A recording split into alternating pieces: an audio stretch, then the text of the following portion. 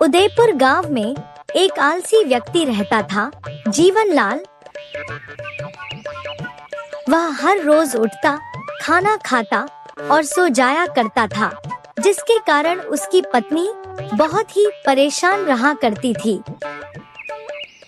एक दिन जीवनलाल भरी दोपहर में अपनी झोपड़ी पर सो रहा था। अरे अरे, अब तो उठ जाइए जी। हे भगवान, आखिर कब तक सोते ही रहोगे? सुबह से दोपहर हो गई है जी। आप उठ जाइए और जाकर जंगल से लकड़ी काट लाइए। अगर ऐसे ही चलती रही तो हम भूखे मर जाएंगे। अरे क्यों तंग करती हो भाग्यवान, यह मेरा सोने का समय है। आज मैं लकड़ी काटने नहीं जाऊंगा। अच्छा तुम एक काम करो, मेरे लिए भोजन ले आओ। मुझे बहुत भूख लग रहा है। जाओ जाओ लेकर आओ। हे भगवान, मेरे क्या होगा? यह कैसा आलसी पति दिया है जिसे खाने और सोने के अलावा कुछ नहीं आता है। थोड़ी देर पहले ही तो आपने भोजन किया था और फिर से दिन भर में कोई तो काम करते नहीं। हाय मेरी टूटी किस्मत। इतना कहकर सीता किचन से भोजन लाती है।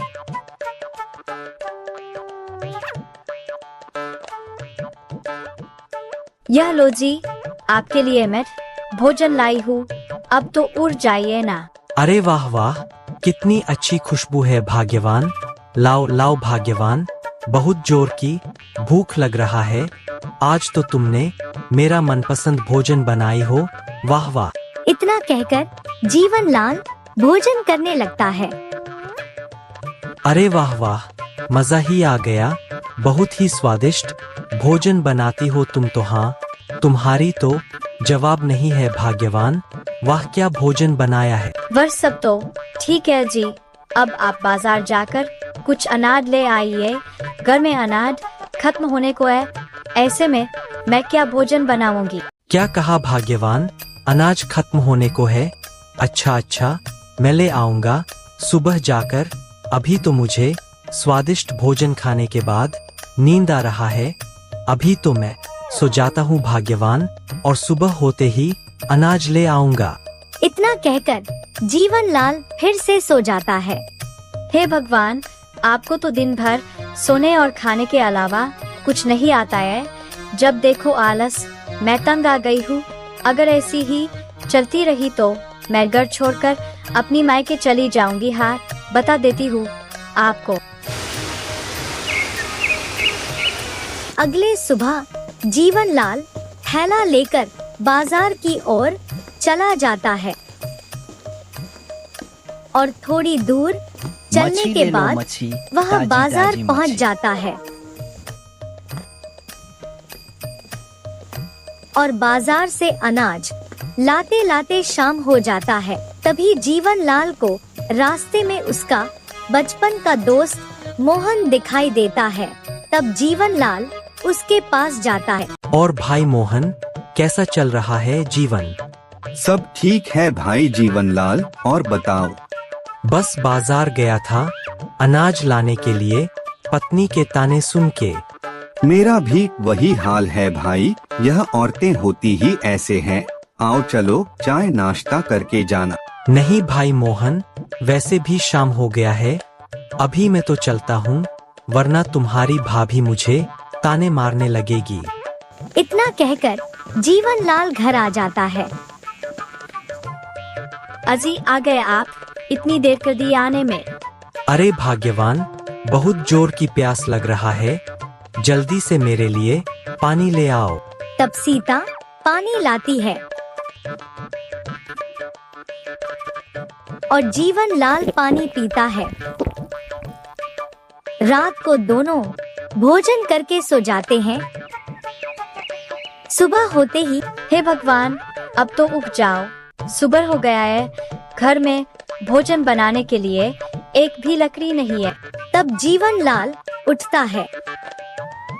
अरे जल्दी जाओ और जंगल से लकड़ी काटकर ले आओ।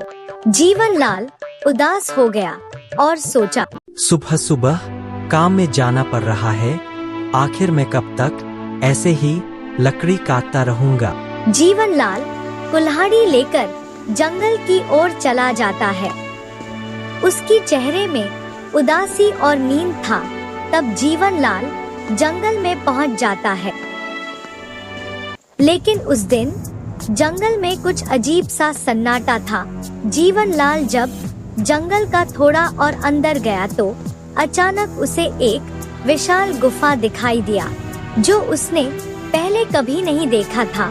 चलो अंदर जाकर देखता हूँ, शायद मुझे कुछ काम की चीज मिल जाए। जैसे ही जीवनलाल अंदर गया तो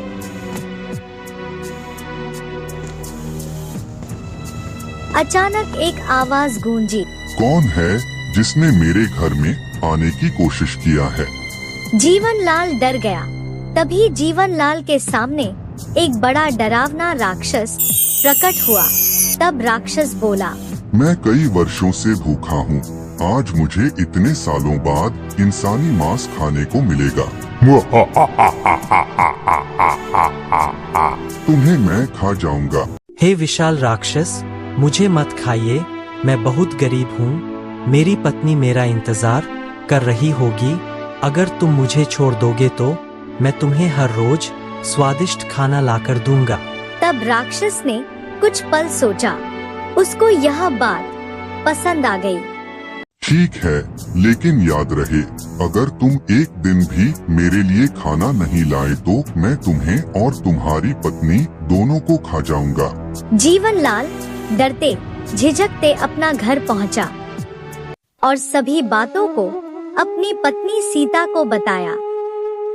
पहले तो सीता डर गई, थोड़ी देर सोचने के बाद मुस्कुराई और बोली, अजी आप चिंता मत करो, मैं उस मूर्ख राक्षस को सबक जरूर सिखाऊंगी। अगले दिन जीवनलाल खाना लेकर राक्षस के पास जाने लगता है और कुछ देर में वह उस गुफा में पहुंच जाता है और राक्षस खाना खाने लगता है। राक्षस खुश हो जाता है।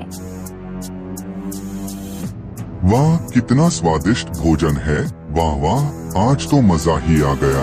अब रोज मेरे लिए ऐसे ही खाना लाना। कुछ दिन ऐसा ही चलता रहा। जीवनलाल रोज खाना लेता और उस राक्षस को दे आता था। एक रात जीवनलाल ने कहा, अरे भाग्यवान, आखिरकार हम कब तक उस राक्षस के लिए भोजन पहुंचाते रहेंगे? उससे अच्छा तो वह हमें खा जाए। अजी आप चिंता मत करो, मैं कल ही इस समस्या का समाधान निकालूंगी। अगले दिन जीवनलाल की जगह सीता खुद राक्षस को भोजन देने जाती है और उसने एक बड़ा सा घड़ा लिया और उसमें खौलता हुआ तेल भर लिया। फिर वह थोड़ी देर चलने के बाद राक्षस के गुफा के पास पहुंच गई और जोर से बोली, ओ राक्षस, मैं जीवनलाल की पत्नी हूँ। तब राक्षस चौंक गया। तुम यहाँ क्यों आई हो? मैं तुमसे भी बड़ी राक्षसी हूँ और आज मैं तुम्हें खाने आई हूँ। इतना कहकर सीता राक्षसी की आवाज में जोर जोर से हंसने लगती है। तब राक्षस घबरा जाता है और कहता है, तुम मुझसे बड़ा कैसे हो सकती हो? अगर विश्वास नहीं है तो देखो मेरी ताकत। इतना कहकर सीता ने घड़े से खौलता हुआ तेल को जमीन पर गिरा दिया। तेल की आवाज और भाप को देखकर राक्षस डर गया। यह तो बस मेरी पसीना है, अगर अंदर आ गई तो तुम्हारा खैर नहीं। सीमा के बातों को सुनकर राक्षस सोचने लगा, अगर इसका पसीना इतना खतरनाक है तो यह खुद कितनी शक्तिशाली होगी। अब मैं तुम्हें खा जाऊंगी। इतना कहकर सीता और जोर जोर से हंसने लगी। डर के मारे राक्षस कांपने लगा। मुझे माफ कर दो, मैं आज के बाद किसी को भी परेशान नहीं करूंगा और मैं अभी से इस जंगल को छोड़कर चला जाऊंगा। और सच में राक्षस भाग गया और कभी वापस लौटकर नहीं आया। इसके बाद जीवनलाल अगले ही दिन से अपना सारा काम खुद करने लगा। बिना किसी आलस के और अपनी पत्नी के साथ खुशी खुशी जीवन यापन करने लगा। अगर आपको यह कहानी अच्छा लगे तो प्लीज एक लाइक और चैनल को सब्सक्राइब कर लीजिए। धन्यवाद।